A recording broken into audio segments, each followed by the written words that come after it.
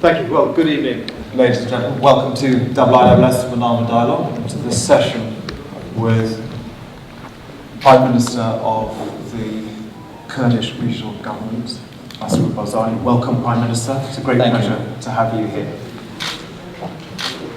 I'm going to introduce the Prime Minister, who will say a few words, and then he and I will enter into a mini Manama dialogue for 10 minutes or so. Then I'll open the session to the floor. If you would like to ask a question, please just raise your hand and I will indicate.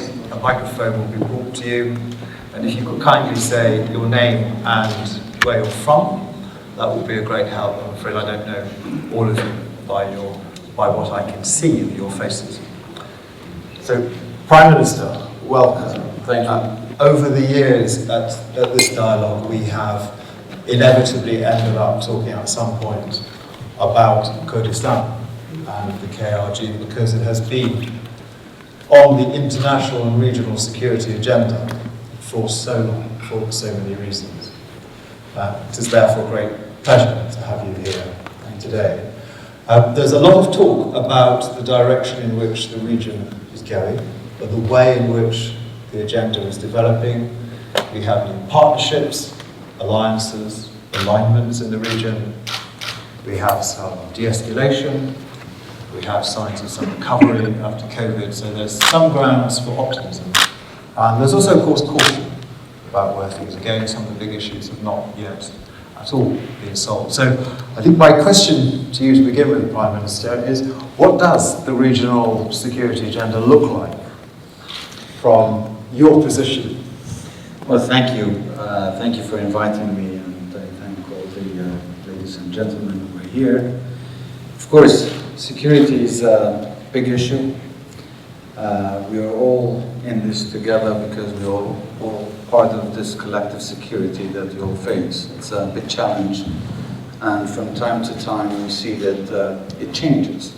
It changes in dynamic, and if I may just give you some general background on the security and the challenges that we faced in the past, and the reason why the security challenges have been there in the first place. As you know, relatively speaking, Kurdistan is a safe place. It has almost become an oasis of stability and security for many in the region.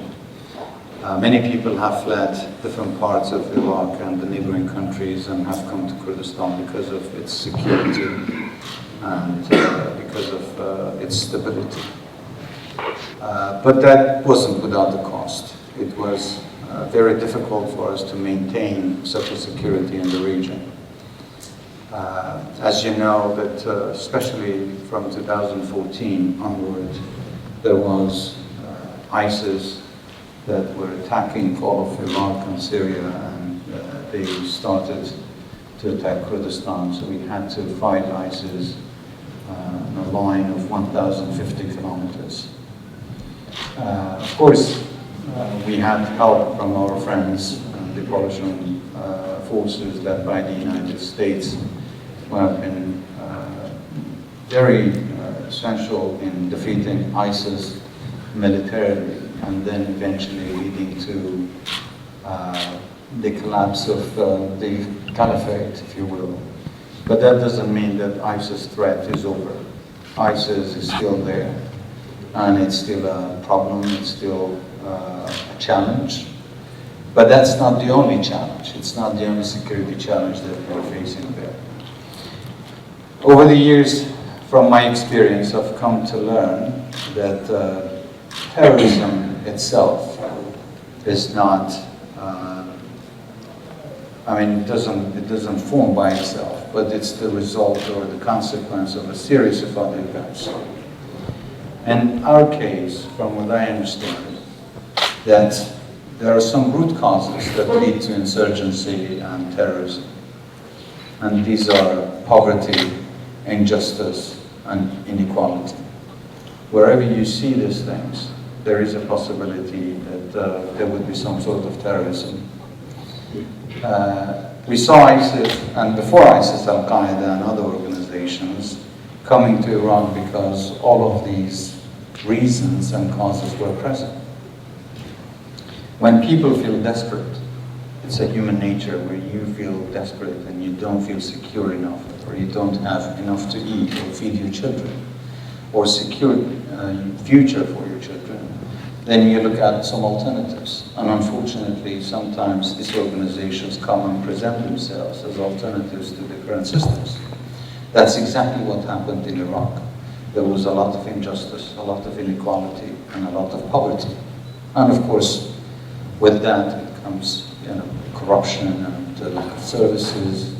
So that gives reasons to people who are poor, who probably don't even know the nature of these terrorist organizations, but because they want to retaliate against a dominant oppressive system, then they collaborate with these organizations, hoping for a better future, and sometimes it doesn't happen, like what we saw in Iraq. The city of Mosul, or the province of Mosul, after the Bاره and then decree, of course, they fell into the hands of ISIS when there were less than 1,000 fighters of ISIS attacking a province of more than 3 million. How did it fall? It wasn't because they were superior militarily. Iraqis had many armed forces there, military, federal police, but within a matter of less than 1 month, 12 Iraqi divisions collapsed, federal divisions, army and the federal police collapsed, and the weapon that provided to them by the coalition forces all fell into the hands of ISIS. That doesn't mean that ISIS was superior, but because people collaborated with them. And the reason is because they felt that they were not treated well, that they did not have enough, let's say, services, or that they were complaining about corruption. And their plea didn't go anywhere. So they wanted to look at other things. Even today, when we see ISIS still exists, it's because that these root causes still exist. And if not today, tomorrow, or the day after, there will be another ISIS or something similar. So to fight terrorism, or to try to provide security, we have to look at beyond military operations. We need to collectively work together to provide a better living condition for people, to provide more services to people, to give them reason for a better future, to give them hope. And usually when people have better lives, they are less determined or less likely to resort to violence or to join terrorist organizations.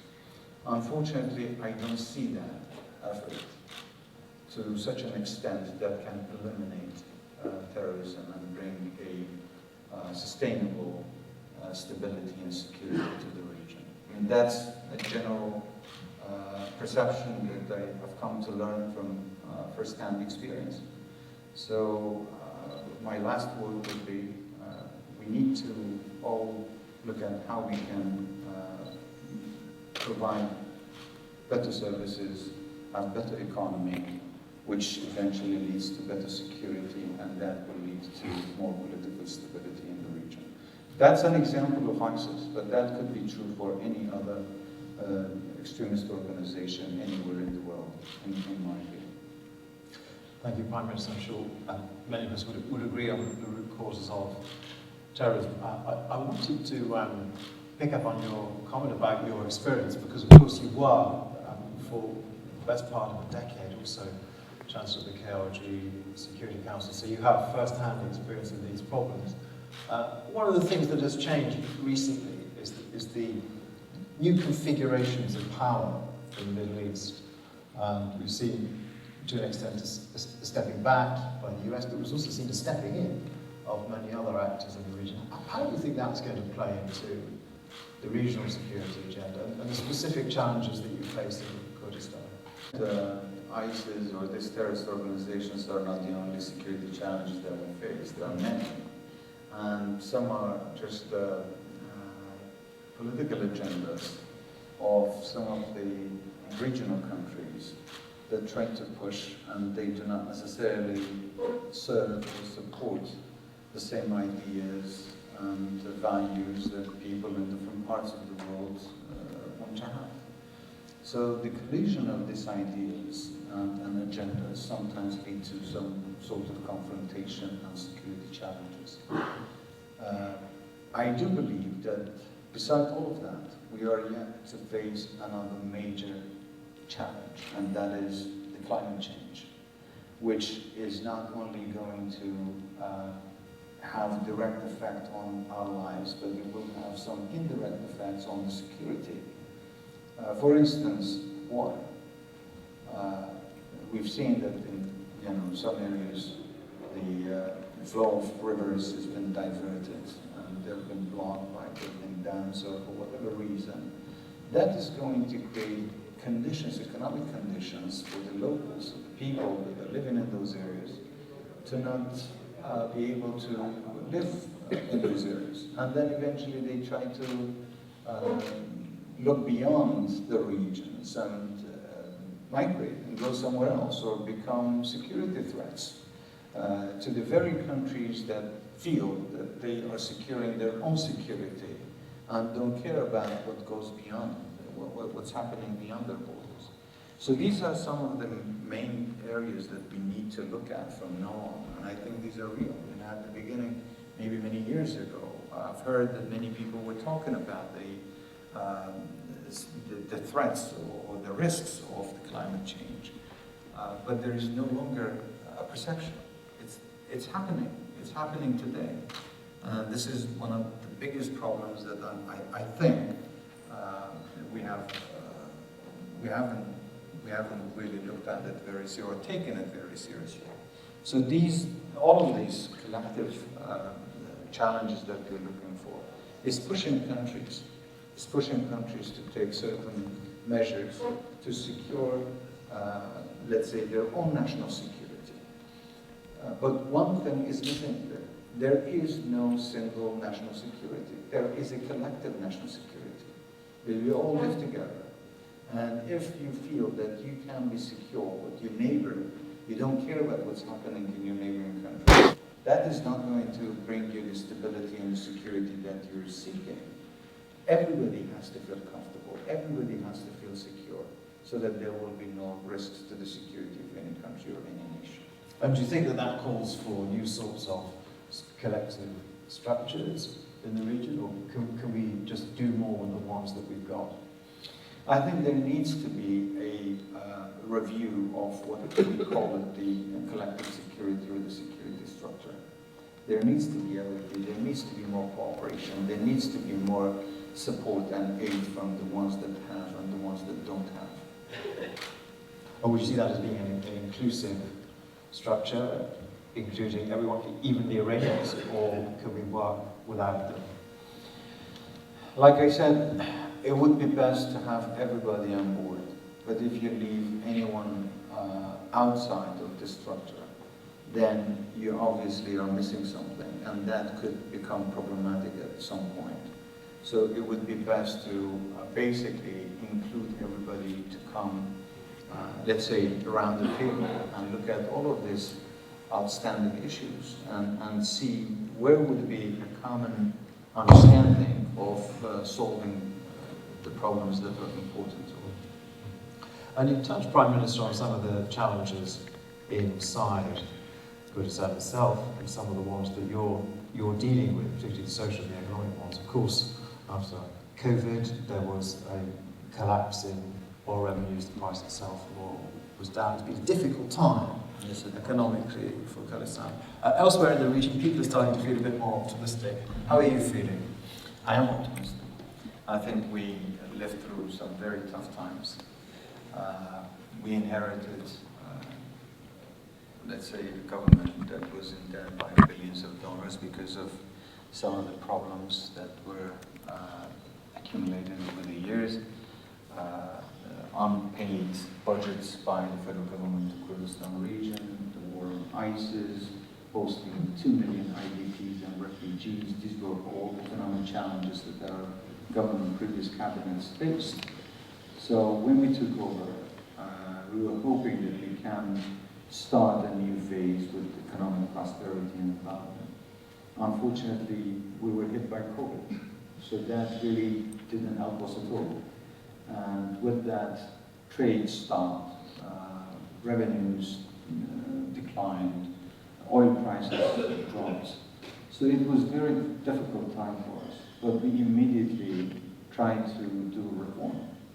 By reform, meaning tackling corruption and cutting the government expenditures and collecting revenues and turning to private sector rather than running everything by the government. All of these things helped us to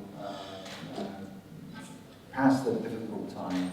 And in fact, today we see that there is a lot of economic development and movements and a lot of participation by private sectors. And of course, we have also adopted the new policy of public-private partnership.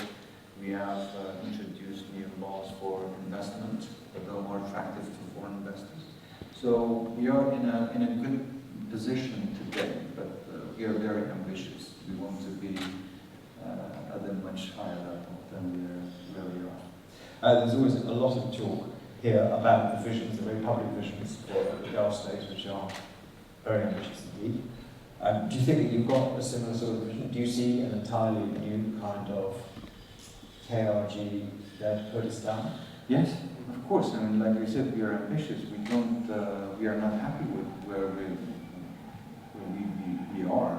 We want to develop Kurdistan. We want to provide more for our people. We want to be more secure. We want to be more stable. And we want to not only do that for us, but to contribute to other parts of Iraq and the region. Kurdistan has huge potential. We have lots of natural resources that unfortunately until there recently hasn't been used for the good and sake of people. But in fact it was used to increase and confrontations between communities and nations. So with a good understanding, with better management, if we put all of the resources that are available into good use in developing our country and creating better living conditions, we think that we can contribute to the security and economic development of the entire region. I wonder what your message would be to foreign partners and foreign investors. To come to Kurdistan and invest. Thank you, Prime Minister. I'm going to invite colleagues to come. I'm sure they have lots of questions. Gentleman here first. Shall I wait for a microphone? Yes, it's on its way. Well, we've already taken your advice, Chris Bowers from Chevron. We are an investor in Kurdistan. Yes. And I want to thank you for your efforts in keeping the place secure in your previous job and now. And also in creating a happy and a prosperous, stable operating environment. I would like to also congratulate you on the elections, on the Iraqi elections. KDP did well, and we are in a sort of an interesting stage in terms of the government formation process. With the negotiations haven't quite started yet, at least in public. But I was wondering if you had a succession of potential candidates for Prime Minister sitting in front of you, what would you be asking of them? What would be your demands? What would be the winning formula for the next Iraqi Prime Minister? I know it doesn't exactly work like that, but if you're in that situation, what would you want? What would your interview question be? Well, I wouldn't interview, but I'll share my views, obviously. Being on two sides, being on the security side, and also now being on the administrative side, I come to believe that in order to provide a better security, a better country, you need to improve the living conditions of people, provide more services. That's the key. That's the key to any question. So for any future Prime Minister of Iraq, the first thing he has to do is to tackle corruption. Now, even if that may look hard at the beginning to eliminate, at least stop it. Stop it, don't worry about what happened in the past. Stop it, and then you have plenty of time to review and if you want to manage the damages of the past. But stop it and then move forward. Have a forward vision of how you can better administer your country. Economy is the key. With better economy, it comes better security and better political stability. That would be my advice and my opinion to any Prime Minister. Do you think, Prime Minister, with the new government in Iraq, that there's an opportunity to solve some of the long-standing constitutional problems in Iraq? Or do you think they can be best kept off the agenda and just managed quietly? Well, this is interesting because the constitution was never implemented to say that there needs to be a change of the constitution. Unfortunately, the authorities, different governments in Baghdad have been very selective in looking at constitutional articles. Whatever serves the centralization of the government was adopted, and then whatever was a part of the package of compromises on the constitution that would really take care of the needs of different communities of the country was avoided and ignored. That was the problem, and it still is the problem. So let's first focus on complete and full implementation of the constitution, and then if it didn't work, we have time to look at what needs to be amended. Bاره Alamuddin, a member of this organization, also a journalist. It's amazing how much you look like your dad. It's interesting to watch you. Yes, you do. So if I may say, sir, when you talk about Mosul, you forgot to mention one reason why people supported ISIS. It's because they were slaughtered by Hashd al-Shabi before in many areas around Baghdad and other areas. Also a main terrorist organization, or organizations, I should say, in the form of Hashd al-Shabi. How do you plan to get rid of them? Well, let me just make a correction. There was no Hashd al-Shabi at the time. There was? There was no Hashd al-Shabi yet when Mosul fell. There were elements that eventually became Hashd al-Shabi. But there were other elements that were operating. But I did mention that injustice, inequality, and poverty. So there was a lot of injustice and lack of services and oppression and intimidation that happened all over the country. And that was the reason that pushed many of the locals to collaborate with ISIS. It was not specific to Mosul, but it was actually all over the place. But how do you get rid of Hashd al-Shabi? How do I? Hashd al-Shabi in Iraq. And what's the question? How do you get rid of them? What do you How do? get rid of them? It's like Lebanon, a state within a state. Well, it's people have different views of Hashd al-Shabi. Let me just... What's your view? Okay, well, let me explain. Hashd al-Shabi is not just one organization. There are many different elements within Hashd al-Shabi. Some of the elements are the ones that really feel that they needed to defend the country and to fight ISIS, and they did. And we all appreciate the role they played. But there are other elements that have different agendas beyond fighting beyond fighting ISIS. My view is that all of these armed forces must be brought to the control of the legal system and the federal government. So any organization, any armed force outside of law should not be acceptable. That's our view, and this is what we will be pushing. Thank you, Prime Minister. Yes, gentleman back and then Ben, yeah. Thank you. I'm Benjamin Petrini. I'm a research fellow with the IISS in Washington, D.C. As you have stated, the Kurdish region is an island of relative stability and security amidst many conflicts and war and instability in the region. So what would you say are, looking retrospectively, the ingredients or the actions that you have taken in the last decade or so to provide for that security from an economic, from a governance point of view, and from a security point of view? I think one thing that we are all very proud of is the acceptance, accepting each other, tolerance and coexistence, accepting different religions and different ethnic groups that live side by side in Kurdistan for decades and centuries. and the moderation of the nature of our people. Usually our people who live in Kurdistan are not extremists. They reject extremist ideologies. I'm not saying that there are none. Of course, I mean, there is always exceptions, but the great majority of the Kurdish people are very moderate. They believe in coexistence. They believe in respecting different religions. And in fact, if you look at Kurdistan, Kurdistan is home to different religions and different ethnic groups. The cooperation of people with very talented, competent, intelligent, and security services that exist in Kurdistan help to provide the kind of security that we enjoy today in Kurdistan. And on the economic security, provision of economic security? Unfortunately, economy is not, we are not in total control of our own economy. We don't have our own currency. We don't have our own, let's say, economic or monetary policy.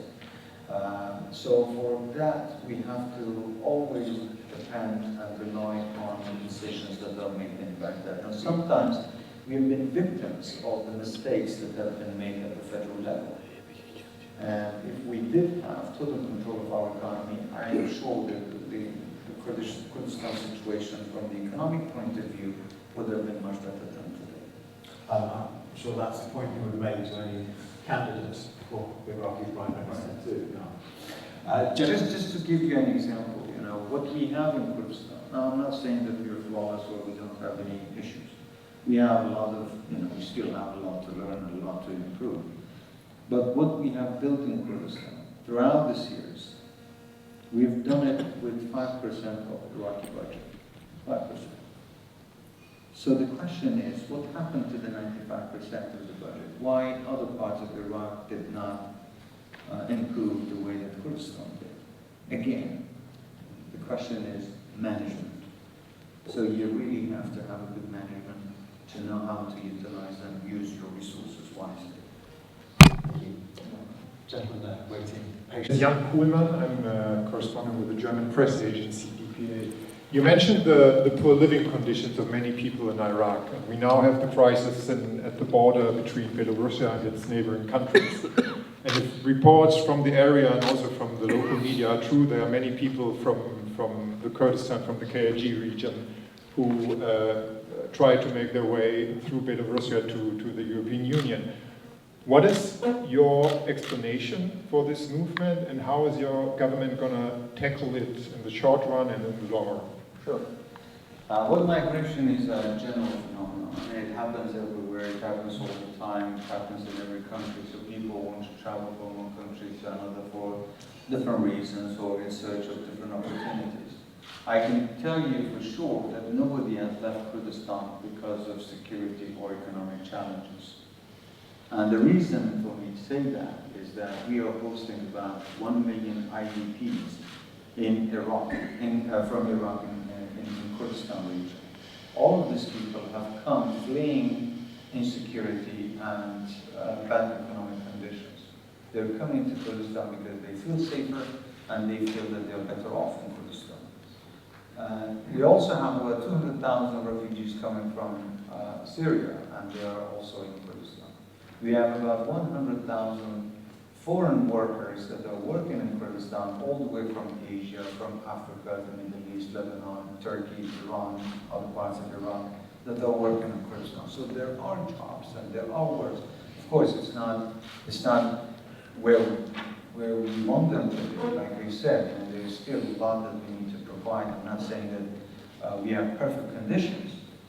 And not having perfect conditions basically gives reason to some people to look at all the different opportunities. Some of them believe that living in Europe is much better, and there are many more opportunities available in Europe than in other places, than in Kurdistan. But the main reason, let me just tell you that these people did not leave Kurdistan illegally.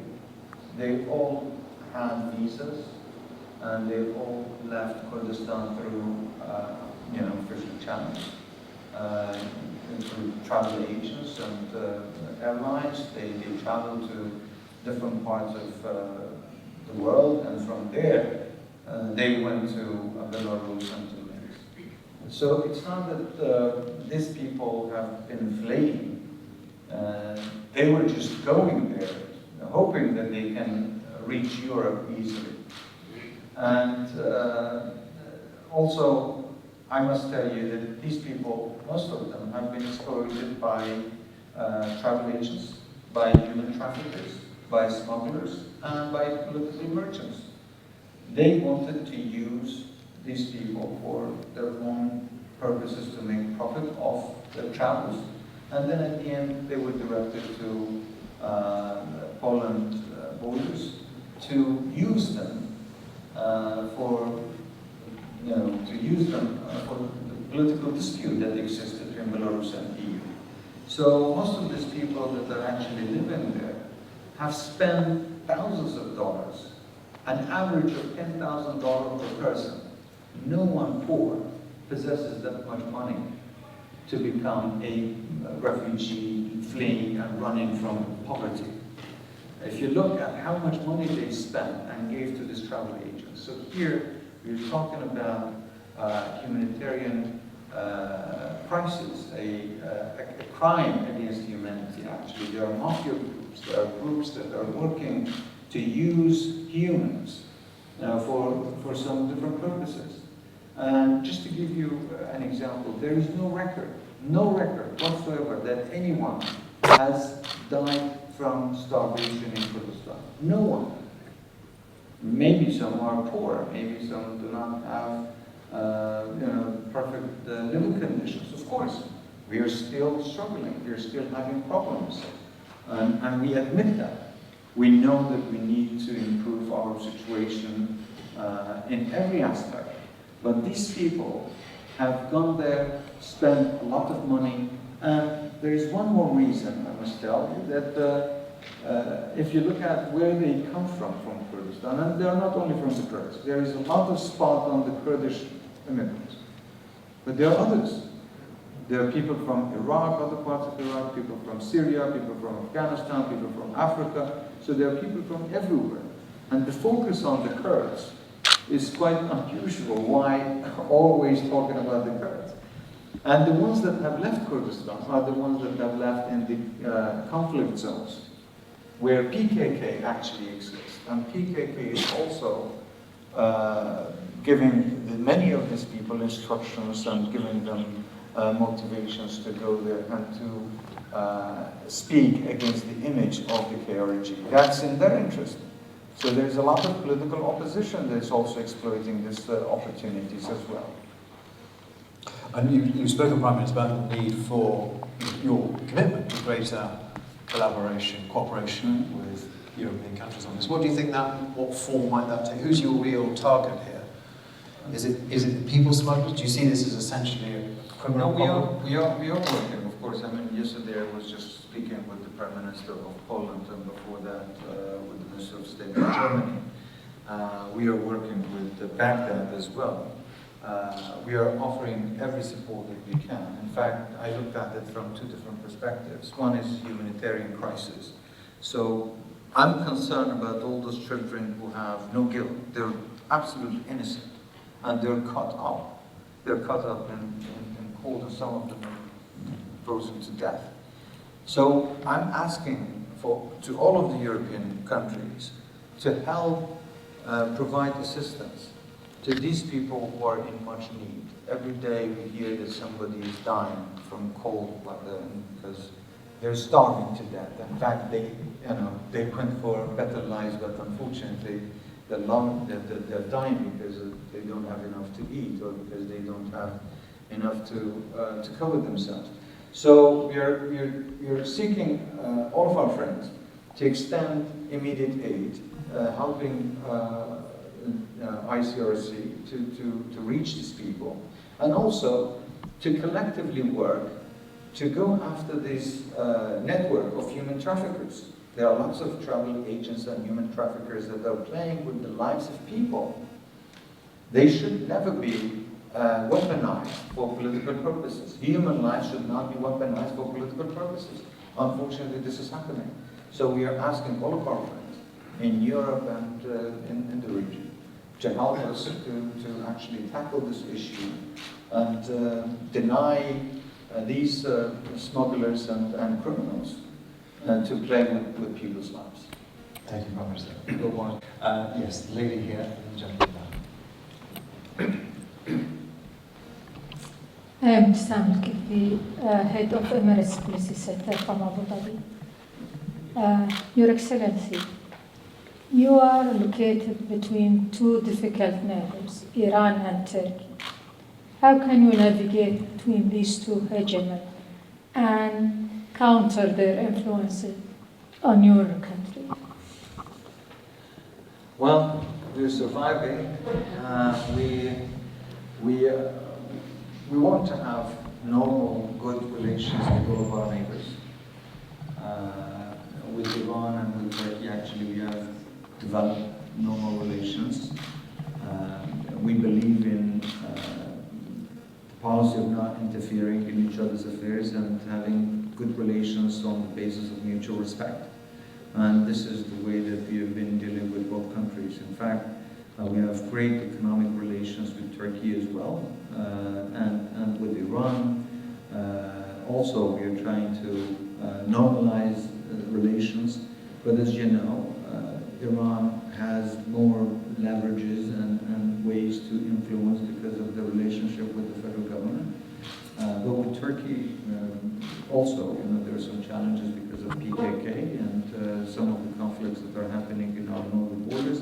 So we are trying to manage the situation. It's not been easy. It's not easy whatsoever.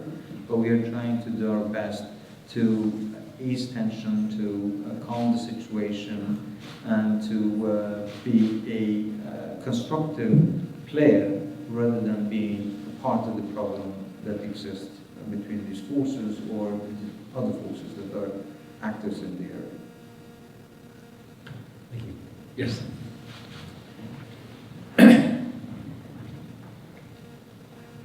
Hi, Stephen Kale, I'm a reporter with the Wall Street Journal.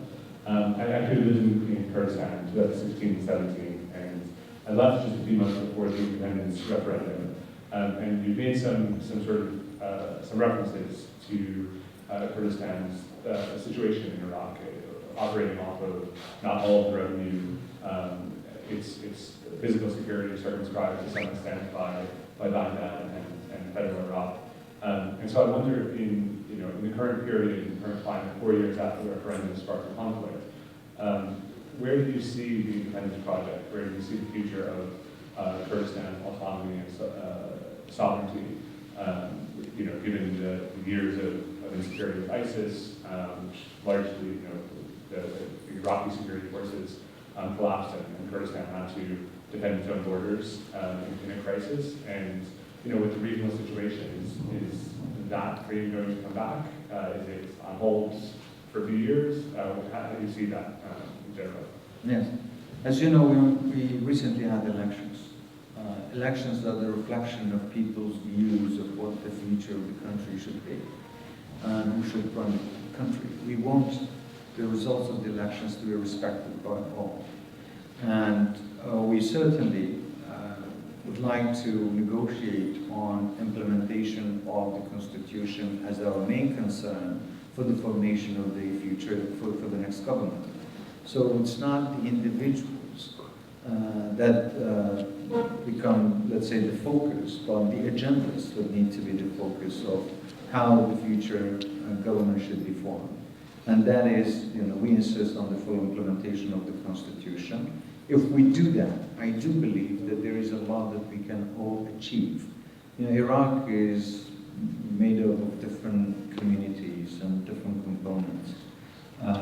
You have to be fair to all of them and give rights to all of them. And what's been stipulated in the Constitution needs to be actually implemented on the ground. We can't have theoretical solutions and hoping for some good outcome. That's not going to happen. And whenever we challenge the Constitution or run away from the responsibilities and the obligations that everybody has, then this is not going to produce any good results. So I think if we all come to some sort of understanding that we need to work together, to accept each other. And that's, I think, the key word. We need to accept each other the way we are, not the way that somebody wants us to be. That's what we are. We are different, but we need to work together. We need to live together. For that, we need to build trust. We need to trust each other rather than looking at every action in a, let's say, suspicious way and then create a reaction. That's been the case. Anybody coming up with an idea, the other side, because of what's happening on the ground, they think that, okay, you do this, then I have to take a different position. So these defensive positions is because of the lack of trust. So, we know that Iraq is made up of different communities, different religious groups, but there are three main components: the Shia Arabs, Sunni Arabs, and the Kurds. And of course, we have Christians, we have Turkmens. But they have to accept. They have to accept to live together, and none of them should be dominant and be a threat or a potential threat to any of the community in the future. I think that set of mind is still ruling in the country. Now, with this current government, of course, things are different. We are not talking about a prime minister. We have a good prime minister. We have good individuals. But what I'm talking about is a system that cannot allow the abuse of power by anyone. What if tomorrow we don't have a good prime minister? What if tomorrow we have somebody that wants to resort to violence and the use of force to sort out political problems, as they happen, they did in the past? There must be a system that doesn't allow that to happen. So what we are trying to achieve is to reach to that point where there is a mechanism that doesn't allow anyone to operate outside of law or the Constitution. So the key is really the implementation of the Constitution and building trust within, amongst the communities. And Barzani, do you have an idea of what those trust-building steps might be? Yes, I think it's easy if we just forget all the previous thoughts, come on a round table with a fresh thought. Let's free ourselves from the preoccupied ideas and the pre-made decisions. If we come up around the round table with fresh ideas, hoping that we can achieve a comprehensive understanding of what the situation should be for all of us, I think there is a huge potential for that. We have more in common than we have differences. Right now, we are caught up with the differences and forgot about the common points that we have and share with each other. If we focus on what we have in common and build on that, there is a possibility. And that needs to happen with the support of all of our friends. Unfortunately, sometimes there are external factors that prevent us from even reaching such a common understanding. Thank you. Any further questions? Yes, we've got a few more. Then I'll work my way back to Sir Tom. Good afternoon, sir. Thank you for your candid and frank intervention. My name is General Dayhe, in Legal Strategic Directions Hub Director. You mentioned about common challenges and the need for cooperation. You mentioned climate change, and I know that you also become more efficient to use more resources of gas and oil. Do you really have a kind of plan for this diversification, moving the world into the green economy? Thank you for this. Absolutely. When I started this cabinet, we realized that the natural resources, especially gas and oil, will come to an end at some point. When we will know later on, but that's not something that we can always rely on. And for that, I decided to diversify our economy, investing more in agriculture, developing the industry, looking at tourism, and look at education and health sector. So looking really at a number of other sectors that can produce more revenues for all of us. And in fact, we've been very successful despite all the challenges and all the tough times that we have gone through. But we have managed to increase our agricultural production. Unfortunately, because of the drought, we have been very lucky. But I'll just give you an example.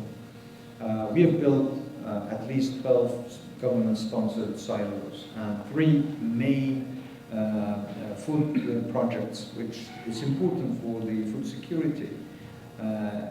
Our farmers could produce 900,000 tons of wheat.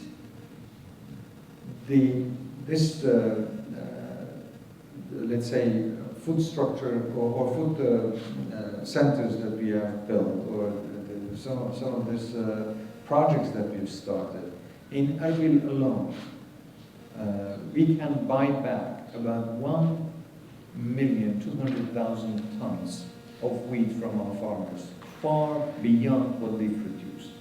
That is encouraging our farmers to produce more, rather than thinking about what to do with their products, which has been the case until now. We've even had that problem with the federal government, when our farmers were producing, but they couldn't sell. So it became a problem. Now we wanted to take care of that concern of the farmers, buying back everything they produce as government, and then process it and take it back to the market, which we have been extremely successful in that regard. And I think within very few years, we will be self-sufficient in terms of providing food security for our region. But that's not my goal. My goal is that Kurdistan becomes a food basket for Iraq and beyond as well. I think we've got time for just 2 more quick questions, which I'll take together. So, hand the microphone to the gentleman here and the gentleman behind with his hand up. Yeah, take 2 questions together. Thank you. You first on. Yes, thank you. Joseph Bahoud from the American University in Beirut. Mr. Prime Minister, Syria is now entering into a new phase, and one of the remaining files there is what's happening in the northeast, in Rojava, as some may call it. What are your views about these dynamics there? I mean, the Kurdish component there is in talks with the regime sometimes, but also there is, I mean, of course, the Turkish constraint and the Russian game and etc. Are you involved in all this, and what are the views of Iraq's KRG on this evolution? Thank you. Well, Rojava is not the name. Rojava means west. It means west part of Kurdistan, because we believe that there is a part of Kurdistan in Syria. So Rojava actually refers to west. And there is a large Kurdish community that lives there. Now we have a different view on how that area is administered. We, at the beginning, were hoping that all of the Kurds that live in Syria come together and have some sort of elections and have a legitimate representation. And then they can decide for themselves whether they want to negotiate with the regime in Damascus, or whether they want to engage with the world in a different way. But unfortunately, that didn't happen. And that's because the current administration that is ruling in that area is very closely affiliated with PKK. And PKK is the reason that doesn't allow the Kurdish dialogue. And that's a big problem. So what we are trying, our involvement has been to encourage Kurds to talk to each other and to have a Kurdish view of what they want to have. And just to give you some background, do you know that the Kurds in Syria didn't have an identity? And I remember before all of this Arab Spring started, in one of our visits in Damascus, we asked one of their officials, why don't they have Syrian identity, citizenship? So because we don't want them to forget their roots, they have to go back to where they came from, meaning that they don't belong here. So only when they needed them for military service, they would give them citizenship and then take it away from them. Unless they had to change their identity and forget about being Kurds, and that's when they could possess some sort of identity or identification, in fact. So in this case, it's really up to the Kurds in Syria, but not the current administration, because we don't think that they represent all of the Kurds. There are many, and in my belief, is the majority of the Kurds that do not support the current system in the Kurdish areas in Syria. So our idea, you know, if we can play any role, is to bring them together, to have a united Kurdish voice, and then they can decide and, you know, about their fate and how they want to deal with either Damascus or the friends that are there. Thank you. We'll take one more question. Gentleman there.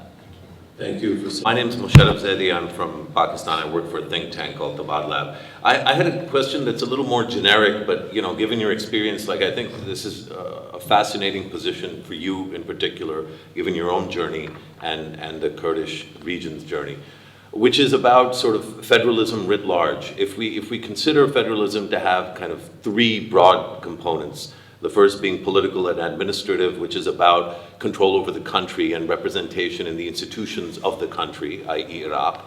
And the second being fiscal, which is about how much money you get from, you know, the whole system in order to serve your people within your region. And the third being kind of a more generic sort of identity-based metric, which is that do Kurds, I mean, the example of Syria is an interesting one. Do you get to speak your language and live your culture and live your best life, so to speak? So on those three metrics, I just want you to maybe rank or rate how well you think Iraq is doing, not Kurdistan, but Iraq is doing with respect to you and your people. And what are the factors within these three? What is the one that if it goes wrong or keeps going wrong, maybe it isn't going so well, is going to be the thing that breaks Iraqi federalism? Well, this is a broad question, actually. You know, we can't say Iraq, because Iraq has gone through phases. And there have been different regimes, different people, different prime ministers, different leaders who've had different views on how to deal with Kurdistan. So I cannot generalize and say that this is the Iraqi view.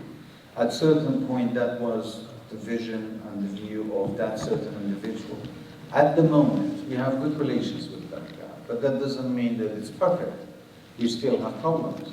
Just in the last 2 years that I'm in this cabinet, but $3.1 billion of our budget hasn't been paid by Baghdad. And whenever we talk with Baghdad, to the Prime Minister, it's not the Prime Minister that's making that decision. It's the political system that is adding pressure on the Ministry of Finance and also on the Prime Minister, not allowing that to happen. And all of that goes back to the firm belief of how many of us truly believe in federalism. In Kurdistan, we take it seriously. But I don't think that that mentality is shared with everybody in Baghdad. Now, some of them do, but not everyone. And unfortunately, at certain points, at certain times, the ones who are against federalism have more authority and power in Baghdad. And these are the ones that are not allowing this natural relationship between Baghdad and Erbil to improve and reach higher levels. So that's really, you know, I can't just give you a straight answer, because depending on what time you're referring to and which individual you're referring to, and then I could be more specific. But in general, we have gone through phases and ups and downs through time. But at the moment, I think, you know, our relations are okay, but we need to improve them. And we need, like I said, not only depend and rely on who becomes a prime minister. We need to have a system. That system must guarantee the relationship and the rights of not only our people, but the rest of Iraqi people. Thank you, Prime Minister. We are sadly going to have to finish there, but thank you very much for coming, speaking to us so frankly, and for sharing your vision of Kurdistan, Iraq, and the region. Thank you.